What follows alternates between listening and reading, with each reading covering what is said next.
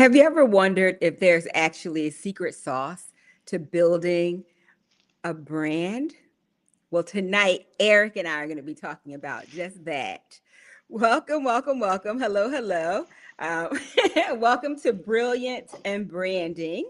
I'm Angela Durant, and this is Eric Garcia from Amsterdam. from Amsterdam. And together we are Brilliant in Branding with Ange and Eric. This is a new experiment that we are exploring, and we really want to have fun with it. So we're excited that you're here, that you're watching, whether you're watching us live or you're watching us on the recording. I'm Angela Duran. I'm the founder of the Be Brilliant movement, where we help amazingly brilliant women and a few good men build their brands from the inside out so they show up really powerfully in business and in life. We do all kinds of cool things with them. Don't we, Eric? We do, we do. We do. And so we have decided to partner up again on YouTube and have some fun discussions here. So, Eric, you want to tell them a little bit about yourself? Sure, sure. Well, hello, ladies and some gentlemen, as Ange mentioned. My name is Eric Garcia, and I'm based out of Amsterdam, the Netherlands. So it's two in the morning here. But hey, we are always having a nice discussion, and Ange and I can talk for hours, and then we basically said, why not record parts of it, the best parts of it, right? So that's what we're doing now. I usually spend my time between advising entrepreneurs who are doing something special and something good, and to make sure that they also do it in a smart way and an effective way. So, strategy. And it often also boils down to creating brands, branding, websites, and the practical, the tangibles, so to say. So yeah, that's just what I'm doing, and I have to actually say something. Last week we are doing this for a few weeks now, and we had a nice conversation, a brilliant conversation, of course, Yes. about websites. And right today, I read a very nice article. So it's a little bit off topic, but I think it's important to say we had a discussion about AI and we had a discussion about websites. Hmm. And one of the things this proper research, not an AI research, said was that the sites who are vibe code, so built by Lovable and all these other AI things, Mm. are not found on and by Google. Oh, that's interesting. Not at all. So this dude, who is legit, he researched around 6,000 websites, and Wow. none of the ones that were built by Lovable or all these vibe coding platforms showed Hmm. up in the proper results of Google. So that is a And so how pretty did that make you feel, Eric? justified. How you say that? Like it's the what I've been saying, right? No, but yeah. So that I need to share that because that's one of the biggest reasons why you would not want to do that and just Hmm. have it done with by someone with a Hmm. soul. And especially this is the reason if it's not showing up in Google, and with that also not showing up in AI results, then that is a serious thing. You might have saved a little bit of money, but first of all, you have a bland, Hmm. generic look, and you're not showing up in Google. So anyway, Mm. sorry to break the cell, but I really need to share that before I forget. So that's also what I do, Ange, is also disrupting your beautiful, brilliant flow, and then I come with Yes. some.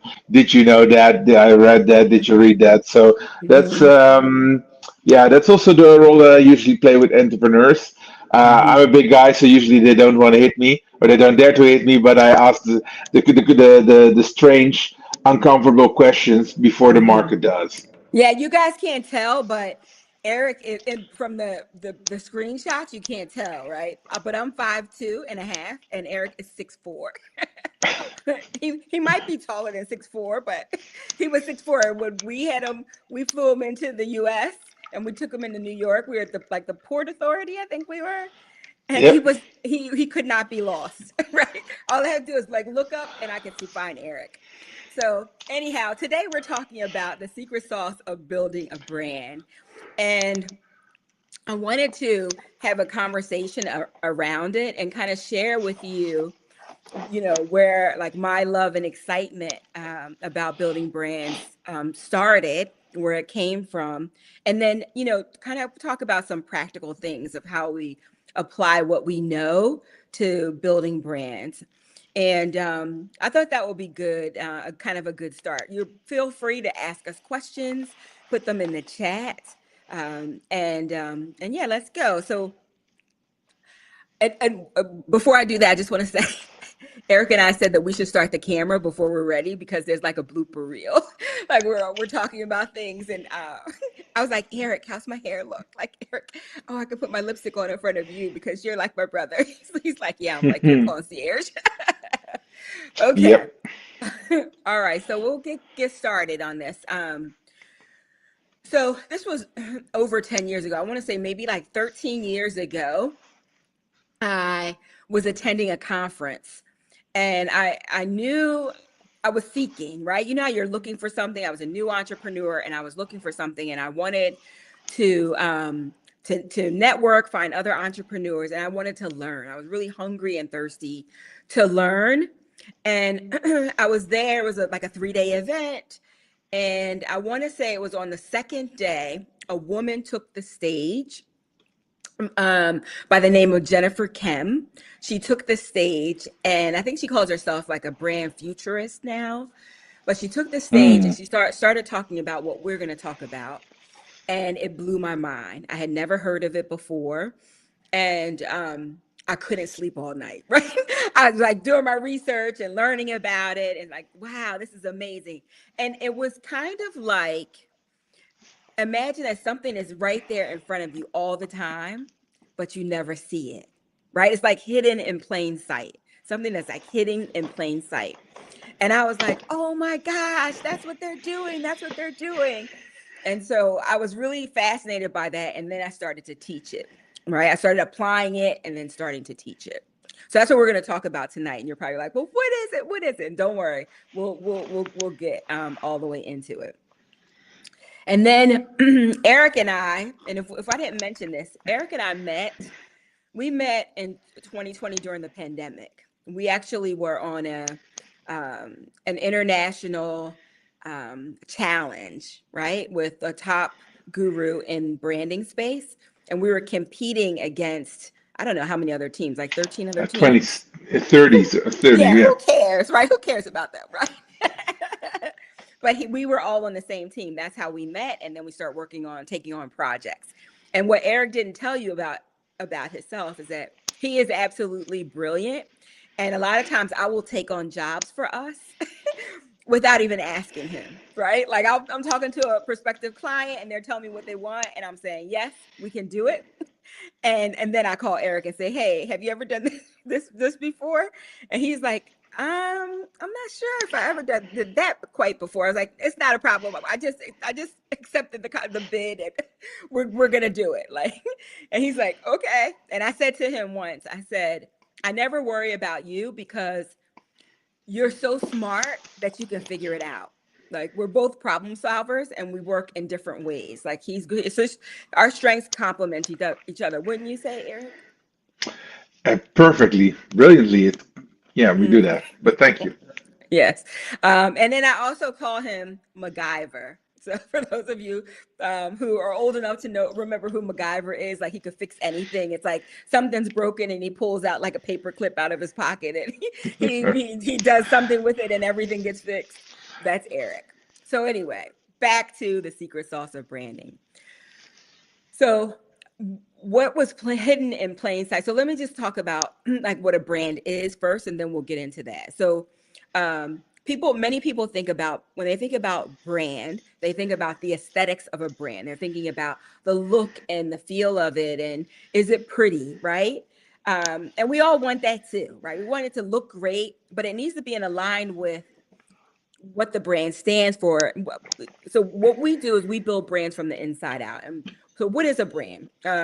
Our mentor, Marty Newmeyer, says that a brand is a person's gut feeling about an organization. Yeah, it's like it could be about a person, an organization, a company. It's your gut feeling, right? So it's a feeling. It's not necessarily the aesthetics, but I think that they all play together, right? The tone, your voice, how you show up, all those things communicate a message, right? That makes you feel something.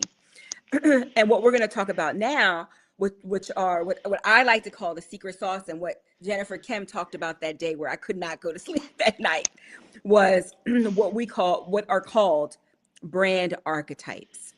Brand archetypes. And archetypes isn't something that Jennifer Kim created or something that we created. It was brand archetypes is built on the work of Carl Jung. And he talks about brand archetypes being like symbols and stories without space and time. Like they resonate with us on a subconscious level, like, but we just get it. So, for example, if someone showed up in a white coat, a white coat with, was clean cut in a white coat and asked about your health, you would just immediately say, that's a doctor, right? And you would have a trust level for them because you're like, that's a doctor. We all know, universally, we know what it is, right? If somebody showed up with, like, if Eric showed up on screen and he had a thin, dark mustache and it was curled on the end, and he had like a sinister laugh, you'd be like, villain. Like, Ange is the good person, she's the good guy, and Eric is the villain, right? Without him even saying anything, he just laughed with a little thin mustache, and you're like, villain. Right? So those are like, they're symbols that resonate with all of us. We get it, and it doesn't require a lot of explanation. It's like a shortcut to meaning. And meaning, marketing now today, how we market, meaning is the new marketing, right? People want to feel something. When you look at the way that commercials are designed now, the way that a lot of storytelling is woven into, you know, everything, about podcasts and, commercials and, presentations. We all want to feel something. There's a famous quote by Maya Angelou that says, people may forget what you said, they may forget what you did, but they'll never forget the way you made them feel, right? The way you made them feel. And so, as brand strategists, our job is to create that, right? And you can leverage something that's universal to everybody. You can leverage that in how you design that. Right. Eric, do you want to jump in here? Is there anything you want to add to it before we move on to the next thing?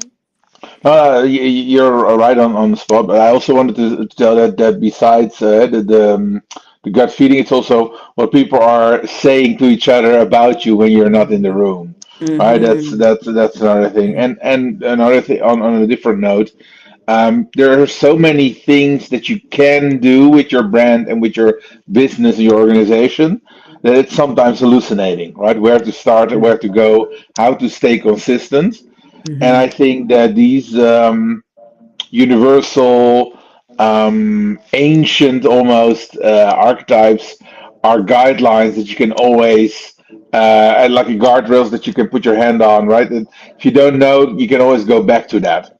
Mm-hmm. And Mm-hmm. that's what we need in these distracting, disruptive times is just consistency and Yes. knowing where to go.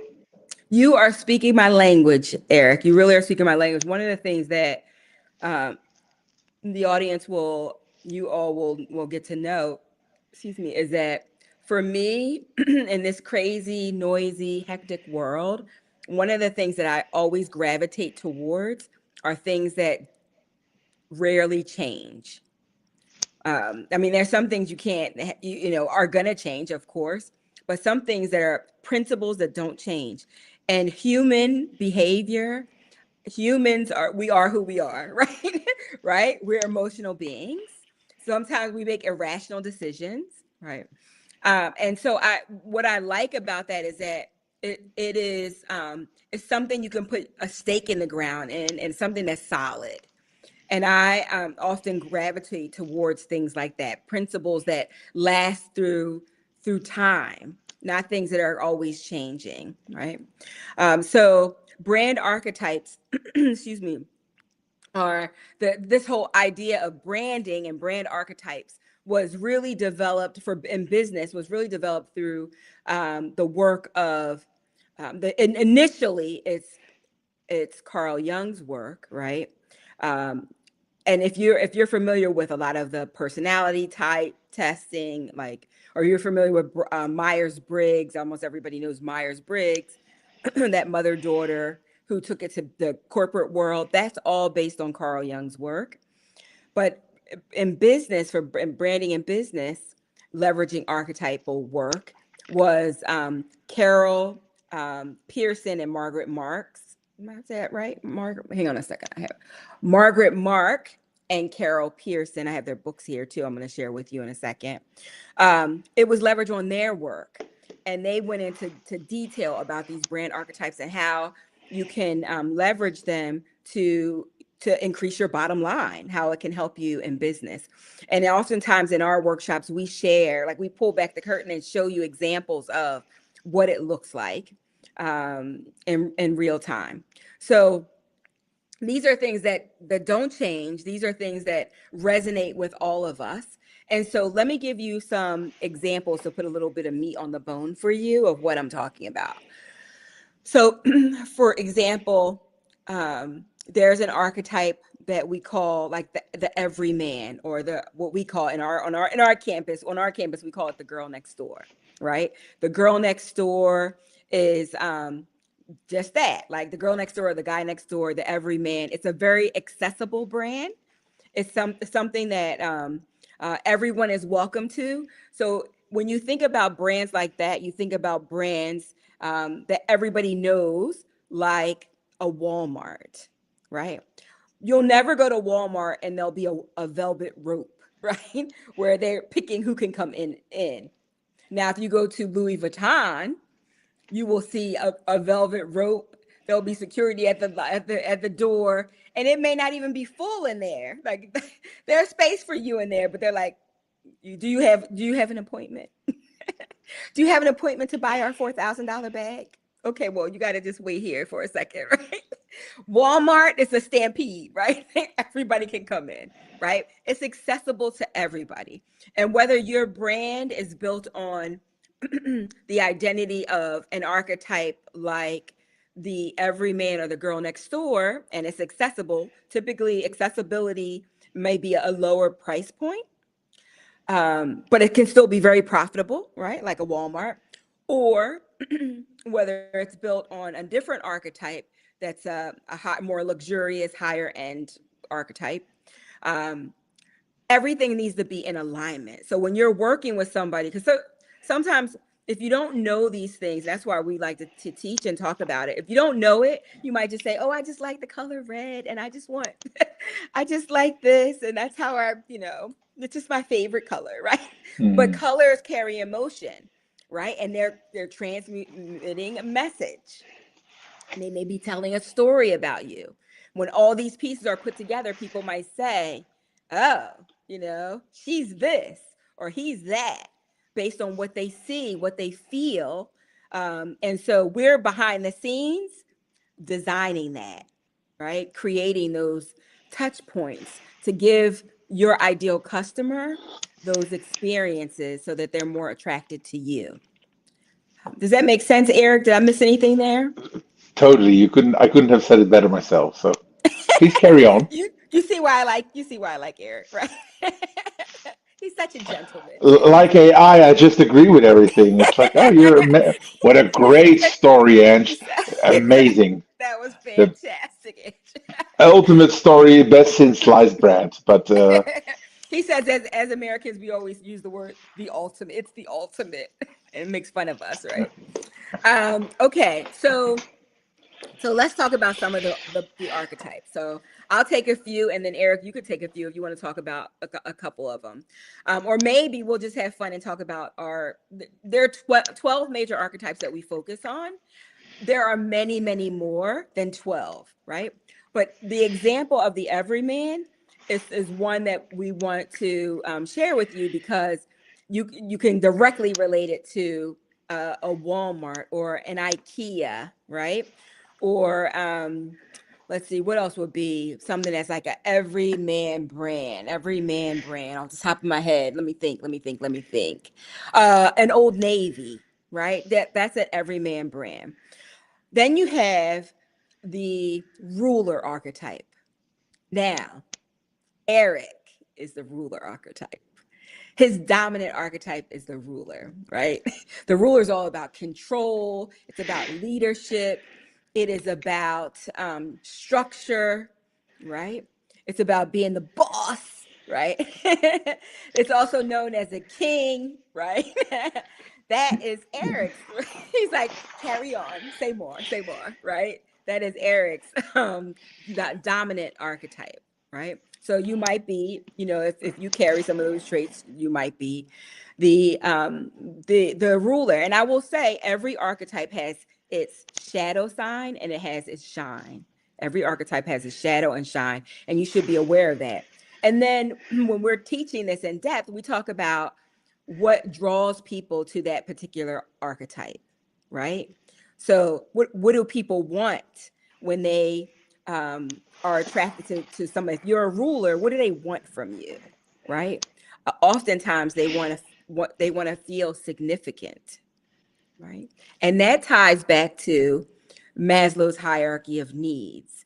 And that's how we know, because those are needs that every human being has, right? So, Eric, do you want to talk about him, just what they are, the hierarchy of needs, or do you want me to keep going? Please carry on. Carry on. Okay. So Maslow's hierarchy of needs, and many of you probably already know, it starts at the bottom. We don't really focus on the bottom layer. The bottom layer is about, you know, your physical needs, right? Like we need water, we need, food. If your customer needs food or water, they are not listening to anything you're selling, right? They are checked out. They're not listening to anything you're selling. But above that, we have stability. We know we have a need for certainty, a need for Security. structure, right? Security. And that's like wanting to get a paycheck every 2 weeks or once a month or whatever, like wanting that stability, knowing that you're safe, that nobody's going to come into your house and take anything from you, right? Above, the next level up is about belonging, love and belonging. As we're humans, right? We want, intimacy. We want to build friendships. We want to feel loved. We want to feel like we belong to a community. So, for example, excuse me, for example, when we talked about Walmart and we talked about IKEA, we can throw Facebook into that, right? They all leverage the everyman or the girl next door brand archetype, because that fits into, when we looked at Maslow's hierarchy of needs, they all fit into the love and belonging layer. And that's all around like community, belonging, right? So I just want you to be able to start connecting those dots, right? That's all around love and belonging. And so if you are, and let me finish up hierarchy needs, and then I'll go back to the girl next door brand archetype. So after love and belonging, then you have a need for like mastery, competency. You want to feel like, you're getting recognized for the work that you're doing, the work that you do well, right? So that's another layer. And we have that in us. You do a job well done, you're like, I did that thing, right? Or you really want to be competent at something, so you just keep trying, right? You keep working on it. You want to be really skillful at something. That's that level, right? That's like the Nike level, right? Just do it, right? Just master that thing.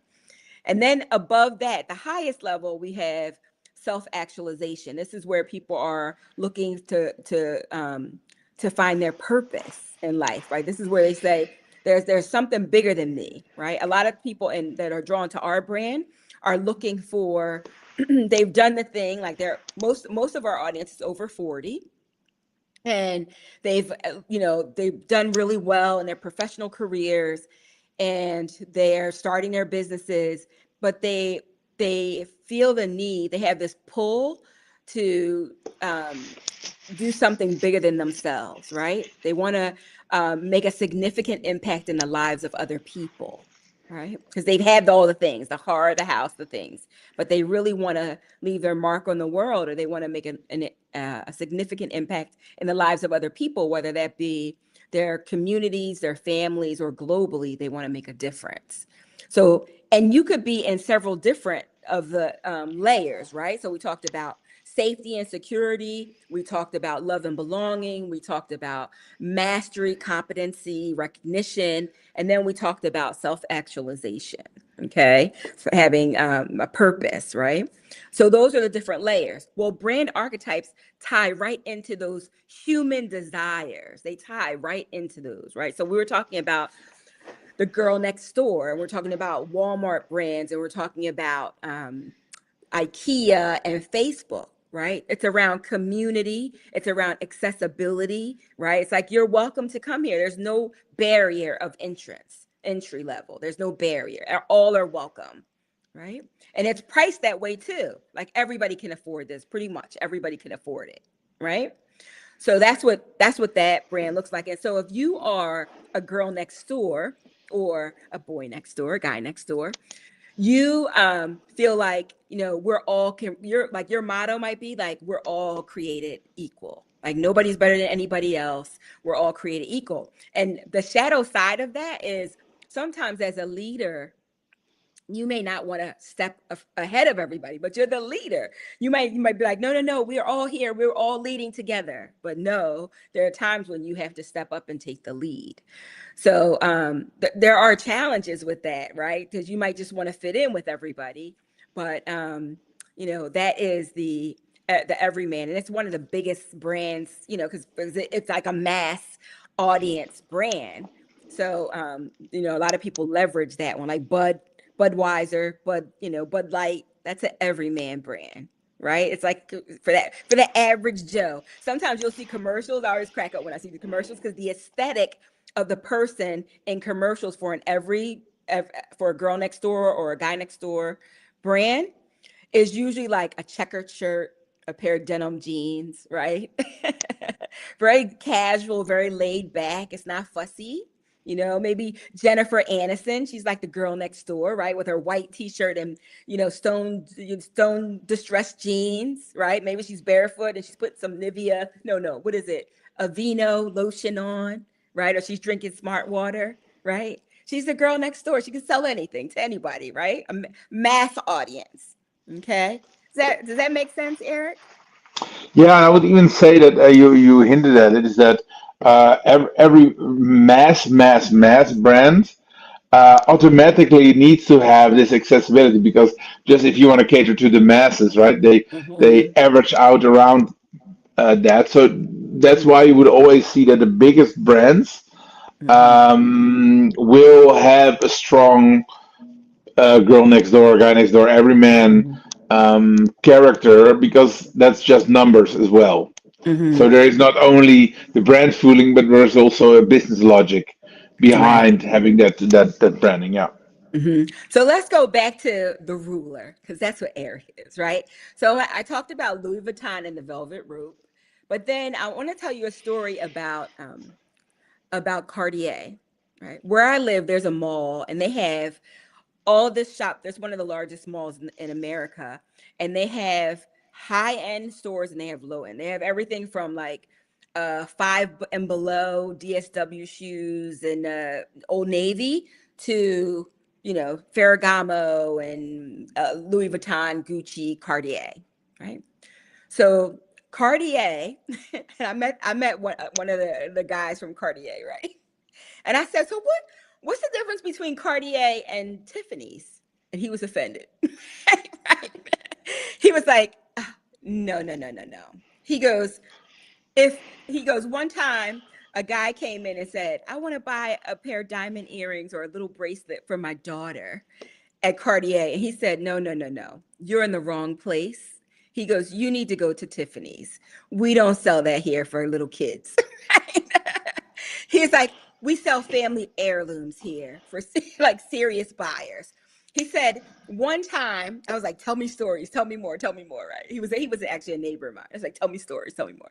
He's like, one time somebody wanted to buy, like, it was like $1 million bracelet for his wife for an anniversary gift. And he said, but I'm only going to buy it from you if you could have it here by tomorrow morning, 10 a.m. Otherwise, I don't want it. Right? So Cartier rented a private jet and flew my neighbor to the man's house, like in the Midwest. And he was ringing the bell with with the package to deliver it to him so he could buy this, this $1 million bracelet for his wife, right? This is what we're talking about when we talk about the ruler brand, right? They demand the highest of service, like they want the things that they want, but it's not a mass market and they don't care, right? When you go into there, certain things you want to buy, they take you in the back. Would you like to come in the back, right? If you're new money, you're like, oh my gosh, how much is this? How much is that? How much is that? They're like, we don't do that here. If you're refined like Eric, they pull you back and say, would you like to step back here to see what we have, what we have that might suit your taste? And Eric says, yes, and if I could have a glass of wine while that would be No, no, Ange. great. But let me step in here, Ange, because you're putting me on a pedestal that I don't need. Mhm. Um, but I'll tell you some of the things around why we were working together, and also what we discovered quite early in our collaboration is that Mhm. you are an archetype that you haven't mentioned yet, the magician, right? That's your one of your main archetypes, and I Mhm. had that feeling too. Mhm. Mhm. So when we do, for instance, a brand archetype test like we have, you can go to brilliantarchetypes.com, brilliantarchetypes.com, and you have our archetype test, and you'll usually get like a selection of your top three of the 12.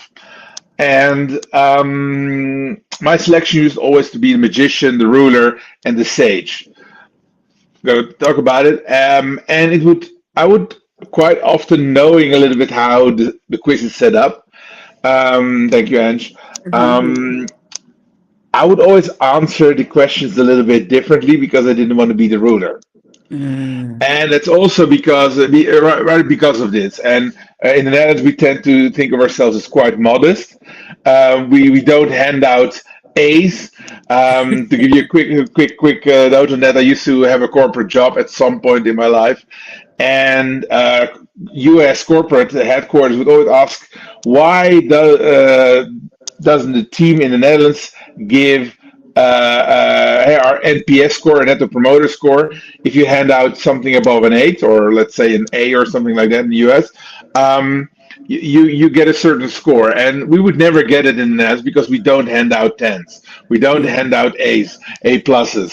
That's the kind of the modesty. So I didn't want to be a ruler, and at some point, I was in another project group with a lady from Kuwait, and she really went in a few weeks, helped me around my with my brand and with my things.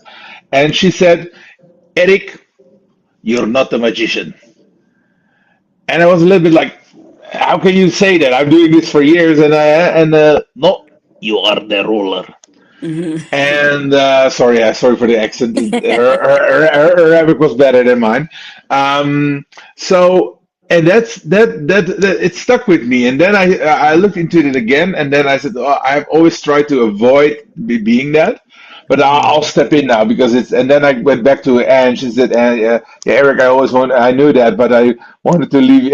We were so cozy together in the magician corner, Mhm. Mhm. and so that on that. And also because what Edge already mentioned, there are certain brands that are always the usual suspects when talking about these archetypes. One of the ones that's always mentioned is Rolex, Mhm. Mercedes, and stuff like that. And Mhm. I happen to really not like these brands. So there was also the association, which can Mhm. happen whenever you do this test, and the results might have some examples of brands that are not really resonating with you. It might Mhm. set you on the wrong foot. So Mhm. that's always good to discuss it with us, and have some extra questions on how what fits your what are brands that fit your personality. Mhm. Mhm. I wanted to mention another thing before we continue, and we Ange talked a lot about how you want to attract your audience, but nowadays the audience is not only the ones that bring you money and revenue, like the clients, but it's also your team and your culture. Mhm. So ideally, you want to have a mixed bag of all kinds of type of people Mhm. in your team, just to cover all the corners. Mhm. However, if they really, for instance, if they really in everything they do, in every fiber and grain, they are an everyman or a girl next door, Mhm. then they probably won't feel very at ease in a ruler brand. Mhm. They might not feel at ease in a rebel brand like Harley Mhm. Davidson, Mhm. right? So because it's just too finicky, too sophisticated, too rebellious, right? Mhm. Act here with the Netherlands would say act normal, and you're already crazy enough. That's Mhm. kind of the thing. So I would say that the brand archetypes don't only shouldn't resonate outwards towards the clients, but also outwards to your employees, your team members, Mhm. your potential new hires. They should also resonate with it. Otherwise, they might not feel at ease, and and your clients might also notice that. Mhm. So that was another example of why it's so important to have it figured out for yourself, Mhm. because it gives you so much clarity. You have a lot Yes. of Yes. yeah, Mhm. I knew that, but I couldn't give it, I couldn't put words to it, and now you Yes. can, right? Yes. And it's not an exact science, because you might have a combination of things, Mhm. or it might be culturally influenced, like I mentioned, in the Netherlands, and however, having that, it feels like you found a family member in a sense, right? Mhm. Mhm. Who knows you, who knows some of the stories, who can complete your lines, and Mhm. that's especially in these confusing and disrupting and distracting Mhm. times.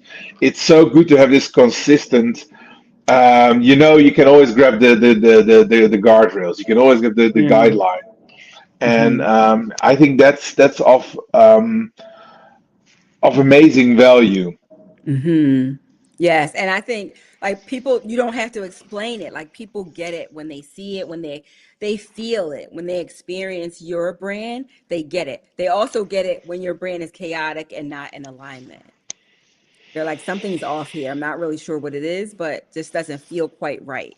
It's like you're saying you're this, but you're showing up like this, right? So thank you. That was really well said, Eric. Thanks for that. I appreciate it. Let's go through some of the archetypes. And then, let's start with the magician. I am the magician or the alchemist. That's my most dominant archetype. And magicians are all about transformation. We are people who look for patterns, right? We look for like universal principles. I look for fundamental things. I look for universal like laws, whether you're spiritual, religious or whatever. I'm always looking for, oh, in the Bible, they talk about this, and this applies to this over here, right? We talk about, sometimes I talk about seeds, right? I'm like, okay, we all have some kind of, when we talk about everybody being brilliant, I talk about how we all have seeds in our hands, but unless those seeds get planted and taken care of, and nourished and watered, right? They can do, or I'll talk about how a seed, is full of potential, can sit on a shelf for years. It's full of potential, but unless it gets planted, right, it can do nothing, right? There's stories similar to that in the Bible, right? So I look for those things. I'm like, oh, that makes sense, right? That's something that is very appealing to me and to my brand. And I like things that look on the surface, like they're really easy, but underneath, there's a lot going on. And with my clients, I talked to one of my clients today, Sharon, and I was telling her about, we just launched one of her very first retreats. And I said to her, next week, we're going to meet, and I want to do a debrief on everything we did to make that successful. Because for you, it was a sprint and we got there and you got the results. But I don't want you to just eat the fish. I want to teach you how to fish. And so I'm going to show you everything underneath the hood, everything behind the curtain. You know how the magician does all the tricks and makes things happen, but you don't know. You're left wondering, okay, but how do you do it again? How do you repeat your success if you don't understand what you did or why you did it? And so that's really important. And that's something I always want to explain to my clients, like, we're doing this for this reason, or this is why it works. Human beings behave this way, or this is the level of sophistication that you want to communicate to your client with, or the reason why we like to diagnose the problem first. We want to listen to what's really going on and diagnose the problem first so that we can move with precision in solving that problem. So you're not running, around and around and around doing all the things and not getting there. So that's kind of what we do. And so as a magician or an alchemist, that was very appealing to the brand. Now I will tell you, every archetype has its shadow and its shine. I'm like, I got shine. And the shadow is that magicians can be manipulative, right? So I got to watch out for that. Like, I don't think I'm a manipulative person, but that's the dark side. So I got to stay away from the dark side, right? So we have the magician. We talked about the ruler. We talked about the everyman or the girl next door. Next, I want to talk about the explorer. That's my secondary archetype. And you have some explorer in you too, right? No, I No, don't. no explorer in you. Okay, okay. No So my slur. so my secondary is the explorer, and the explorer is all about freedom, right? It's all about exploring the world, or doing going on a journey of self-discovery, right? It's about you do you, I'm gonna do me, but it's about, don't fence me in, right? I'm somebody who doesn't like anybody to have their foot on my neck. Let me have freedom. So that's what the explorer is all about. The explorer's shadow side is, it can be milling aimlessly through life, right? So it needs some kind of direction in where they're going. But brands that are explorer brands are brands like Jeep. That's an explorer brand. Patagonia, those are explorer brands, right? National Geographic. Starbucks, National Geographic, Starbucks, those are all explorer brands. They leverage explorer brand. Now, I didn't tell you, but the magician, some brands that leverage the magician are brands like Dyson. We just bought a new Dyson vacuum cleaner. Dyson does things like, don't have a bag, right? And back in the day, we had vacuum cleaners with bags in them, right? Maybe you still have one in your house, right? Now it's like without a bag. Like, how's it do that, right? They dry your hands with these cool things. You just put your hands up and down and your hands are dry, right? Like magic.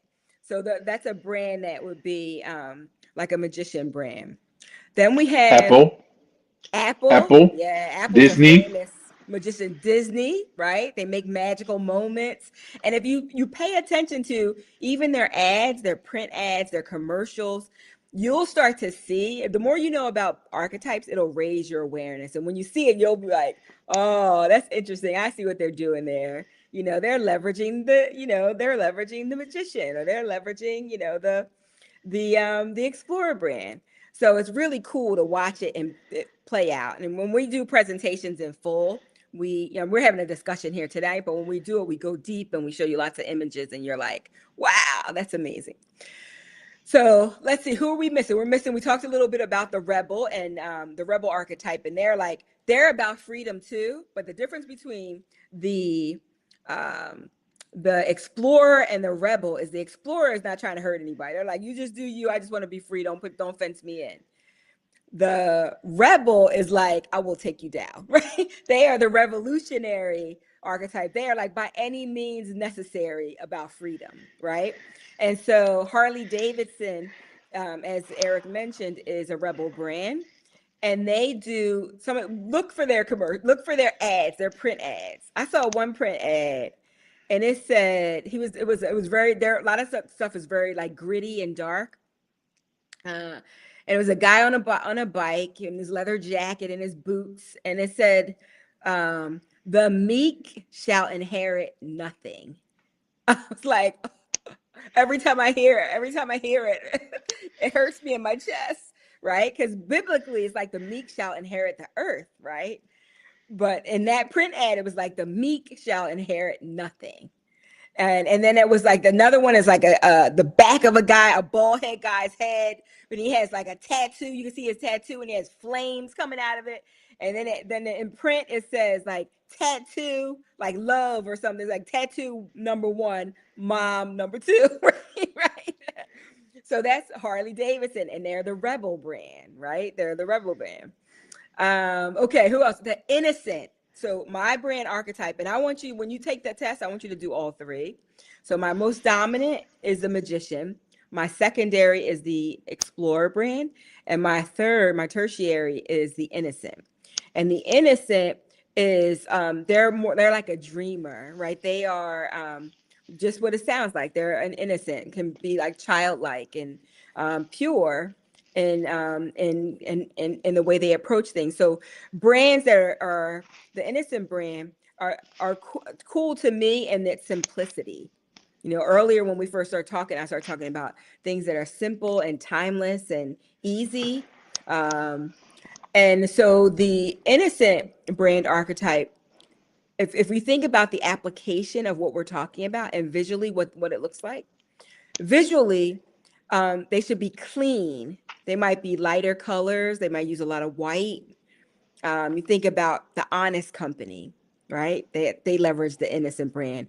Innocent, right? That has all the juices and the beverages that don't have any additives or anything that's harmful in it. Those kinds of products leverage the Innocent brand, right? Then we have the Caregiver. You want to talk a little bit about the Caregiver? Sure. So, what Ange, we are now picking them almost as random. There Mm-hmm. are 12 main archetypes. Mm-hmm. There are even every archetype has four or five accents, so we won't go into that. But there's Mm-hmm. also a step higher up, and that's actually a quadrant. There are four Mm-hmm. quadrants. Well, the name implies it, and within the ruler, the quadrant where the ruler sits, stability and structure, also sits the caregiver. And you could say, "Huh, but a caregiver and a ruler, how do they?" Well, they share um, this important longing, so to say, for structure, to bringing structure and stability. Where a ruler would say, "This is how we're going to do it," a Mm-hmm. caregiver would take more care, give more Mm-hmm. care, and smother you in love, almost, right? Mm-hmm. So that's where you will not find a Harley Davidson, but maybe you have a few U.S. stateside brands that fit the caregiver edge. Mm-hmm. Do Yes. you do you know a few? What Yes. So do, we have so a lot of times baby products, baby brands are like that. So Johnson Baby would have been a caregiver brand. Campbell Soup, like their tagline is good, right? And so you think about a warm hug, you think about things that are comfy, cozy, like a pair of fuzzy socks, right? Are all our caregiver brands. Their commercials that Campbell Soup does. Like there's this bowl of soup and there's steam coming from it. You know, it's nice and hot. And then their kid comes in. He's all snow covered, right? And then the snow starts to melt away, right? So that's all a caregiver brand. The other brand that I thought was really smart to put their stake in the ground in this particular category, and that is in the automobile category, and that is Volvo. You think about Volvo because when you think about cars, you think about speed and performance. So if you wanted to differentiate yourself from everybody else who's in the speed and performance for cars or luxury, blah, blah, blah, and you say, but our cars are the safest, right? So caregivers about safety, right? And then when you think about Volvo, that's the first thing you think about. And when they do commercials that are off brand for that, people are like, why are they doing that? That's not that's not Volvo, right? People know right away because immediately you have already associated, they've done enough brand building that you automatically associate safety with Volvo.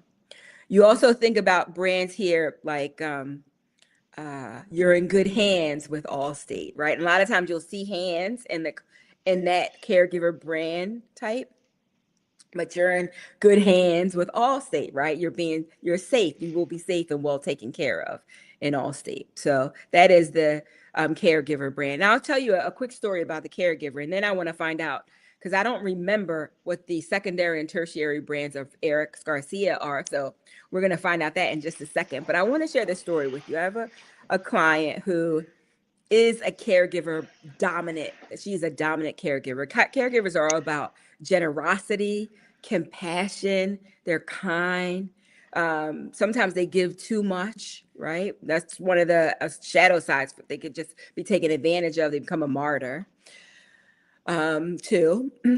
So this person has a high level job and she's a caregiver. But when she goes to work, she acts like she was acting like a ruler. So she was showing up like a ruler because she thought, I have this high level job. I lead these people.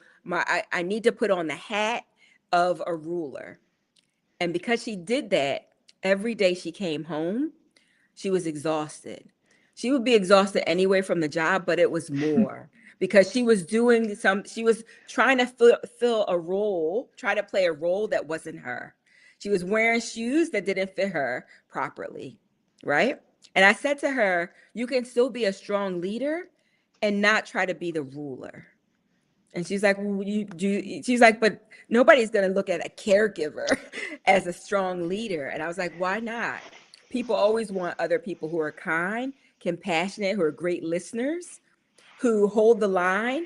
And think about like some, like mother bears and tiger, tigress, is that right? Tigers are can be fierce if you step out of line, right? They can be fierce when they have to protect something, but they're the ones that can build great teams because people communicate. Everybody feels seen, they feel heard. I think you should lean into what's natural to you. And she started to do that. And even though she's still tired because she still has a big job, she's now walking in the shoes that fit her. Okay. All right. So now over to Eric Garcia. Eric, on to you. And I put the link there again, and I'll pop it up periodically so that you guys can take the quiz if you want. It's perfect. It's a complimentary quiz.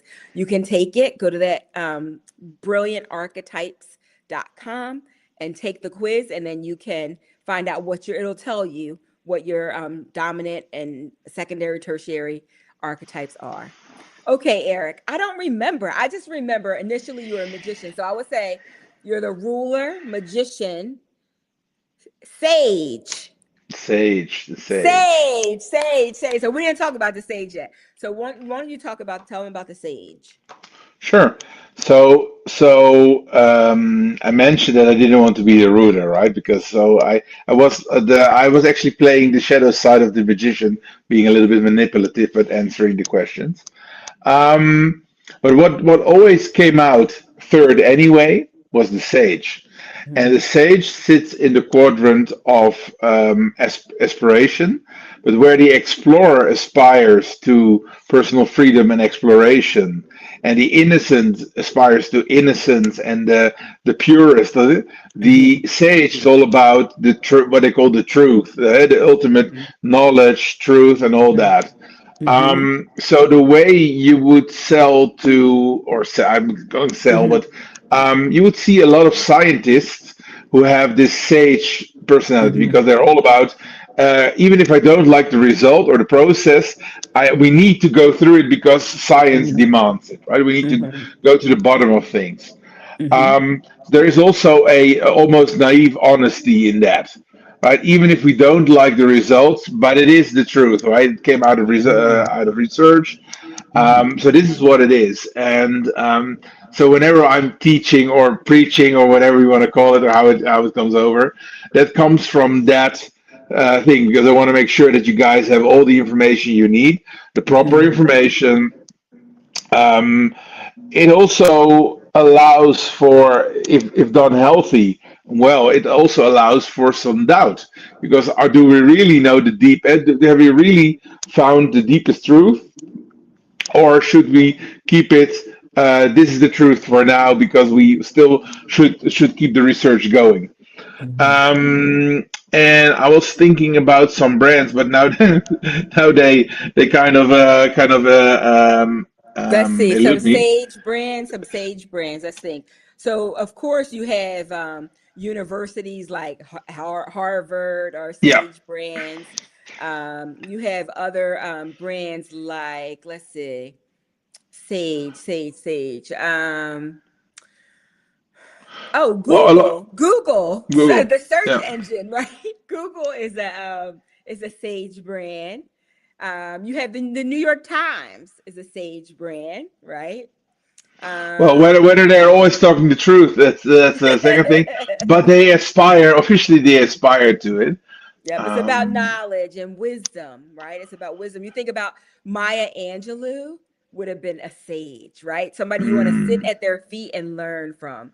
When we think about you, Eric, you're a trusted advisor, right? When you come in and we meet with our clients, we do a VIP day, they were sitting there and you're taking in all the information and they're ready for you to advise them based on the detail of the knowledge that the information that you've collected from them. So mm, yeah, the trusted advisor. Trip Advisor is also yeah. a Sage brand. Hmm. Yeah, and it doesn't mean that you don't you're not allowed to make it look nice, right? But Hmm. it should be true, or it should be Hmm. based on truth or healthy doubt. Hmm. So whenever you say a ruler would say it's like that, a sage would always say, "Well, let's find out first, right? Hmm. Hmm. Let's test that." And so I think it again. It's more of a niche end of things because would you like for soup? You want to have a soup that warms you up. You don't want to have a soup that has everything on it, right? It is it's more on the edge, I would say, on average. However, when you want to be sure about something, try to look for the sage. Hmm. Yes, that's good. That's good. Yeah, you want to be confident about something. You want to get, one thing I will tell you with a sage, when people go to a sage, they know the information's already been vetted. So they don't have to ask Eric and Susie and Tim and James and what do you think about this? What do you think? They just go to the sage, right? They're like, Eric, here's what I have. This is what I've done. What do you think? Right? Or what's the answer? What is this? How does this work? The sage will give you the information, but they've already studied it. They've already got, like, they're all about wisdom. They don't want to get it wrong. They don't want to be ignorant, right? So the sage that is the sage brand. That's right. Now that you're saying, I'm like, oh, yeah, totally the sage. Um, so which one else did we miss? We missed a few other ones, but what I'll leave you with is a couple things. One, this is the book by Margaret Mark and Carol Pearson. It's called The Hero and the Outlaw, and they go into the use of um, brand archetypes in business. I think it's a great one to have in your collection. We're nerds, so we we collect all kinds of goodies like this, but I think it's really good because it's going to show you the application of how it works, right? And you'll be able to eventually, the more you study them, the more you'll see how it works. And then if it's not something that's up your alley, you hire somebody like us, right? This is like a shameless plug, but you hire somebody like us and we'll walk you through it. We have a client who it was the is the ruler archetype, very much so. But her whole how she was showing up was not ruler archetype at all. And she was trying to differentiate herself. She's in the medical field. She was trying to differentiate herself from all of her other clients or her competitors. And she came to us.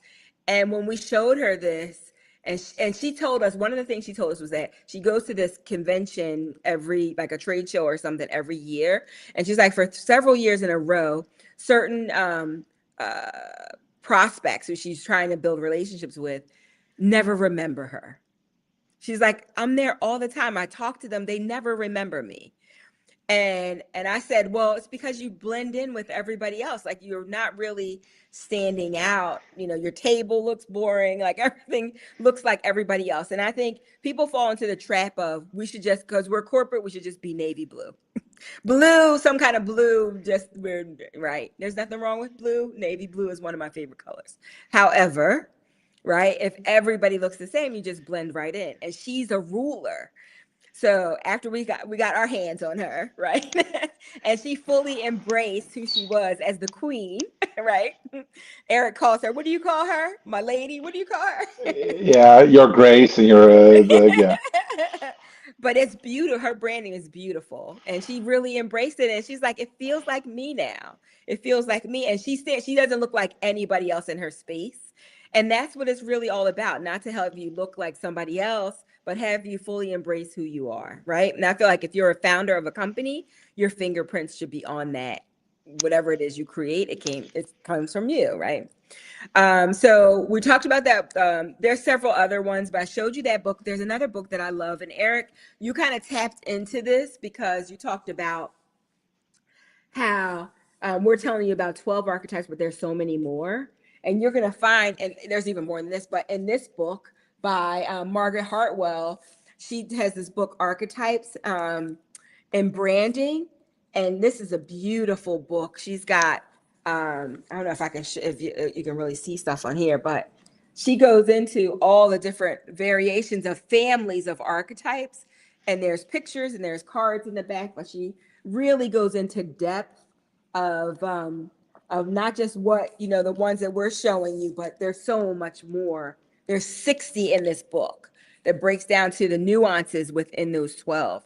So that's something you might want to, if this intrigues you, that's something you know I highly recommend you go check out. And one of the things that she said was that, you know, people are like, well, do I really need that? You know, does it really make a difference in business?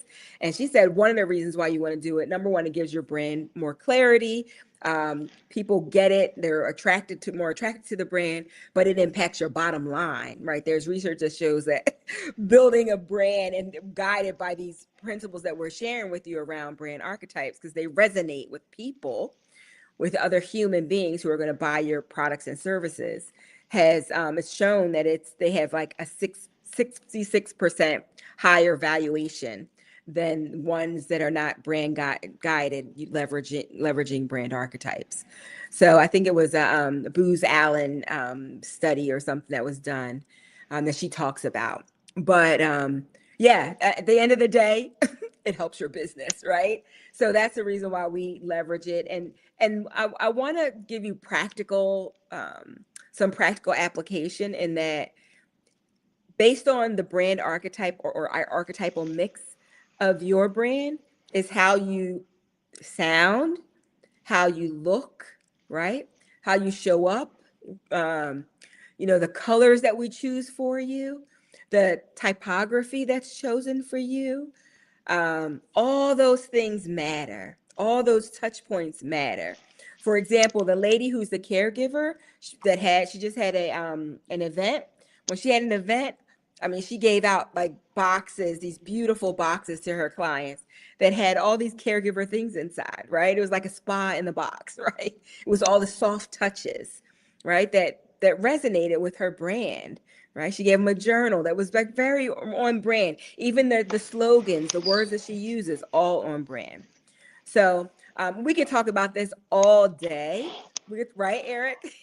Talk Yeah, about it all day. may I add a few things? Yes, Very, very please. say they're very sagey remarks. Mhm. Please. So I tested probably around 250 models, structures, frameworks, Mhm. like Myers-Briggs, all these things, and Mhm. one that and I preferably don't like to talk about these things with authority if I haven't really shot at it, right? Really, I tested it and took it for a spin. And it was 13 years ago that I first saw an infographic about these brand archetypes, and it was me like, oh, is this some sort of astrology or what is this? What is it?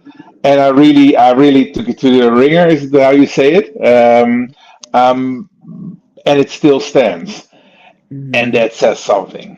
Mhm. So that's one remark. And the second remark is I started with also a very sagely remark about websites and AI.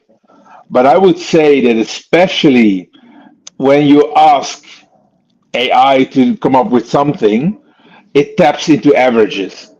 Mhm. And it is good because then you know what the average would do. Mhm. But it also means that everybody who asks kind of a similar question, you start some sort of e-commerce thing and you ask it to come up with something.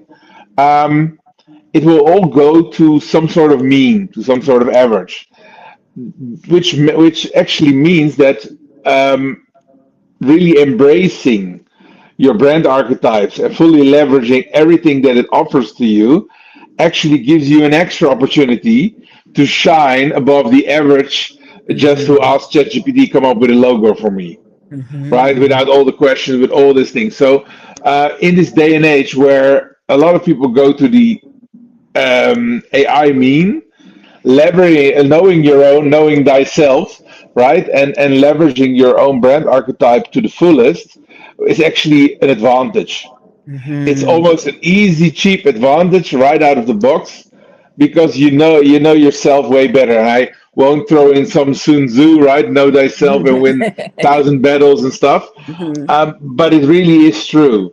Mhm. So that's why these things, and I asked actually AI, how would you explain this? And it says to find your brand soul, Mhm. which is interesting from a soulless Mhm. platform, but um, it really is that.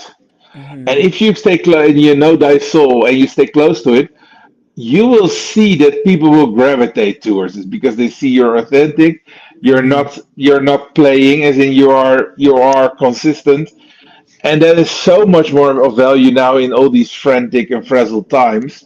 Just Mhm. people who are themselves and doing what they're doing, and they do it with focus, and it saves you a lot of money and trial and error. Mhm. Because you mentioned one of our esteemed clients, your Grace, her Grace, Mhm. and she actually wasted a lot of money all these years by not Yeah. being who she should be and how she should Mhm. show up. And yeah, that I think that's a good lesson that you can take from this. Yeah, very good, very good. Well, we're always open to questions. We always open to your comments. Please feel free to leave them. These are discussions that we had. We're both two nerds. Like we love all things brand, business, strategy, right? We're all in. So please feel free, and we love coming here. We're finding our way. So um, you'll see us. We promise to get a little bit better each time. We're working on it, but we invite you into the conversation. And please do leave a comment, leave your questions. We'll answer every question that is left. And we want to thank you for being here with us tonight, Eric. Any closing remarks? No, we have said enough, more than enough. We we've said it. We said it. So with that, we'll leave you with what we always say, and that is, we want you to go out there. We want you to be bold. It takes boldness to embrace your brand archetype. We want you to be brave, right? It takes courage to stand up and really be who you are, and make sure that your company represents you as who you are, the essence of who you are. And we want you to be brilliant because you absolutely are. So thank you so much for joining us for Brilliant and Branded with Ange and Eric, and we will see you next time. Take Bye bye. care. Next time. Bye bye. Bye. Bye for now.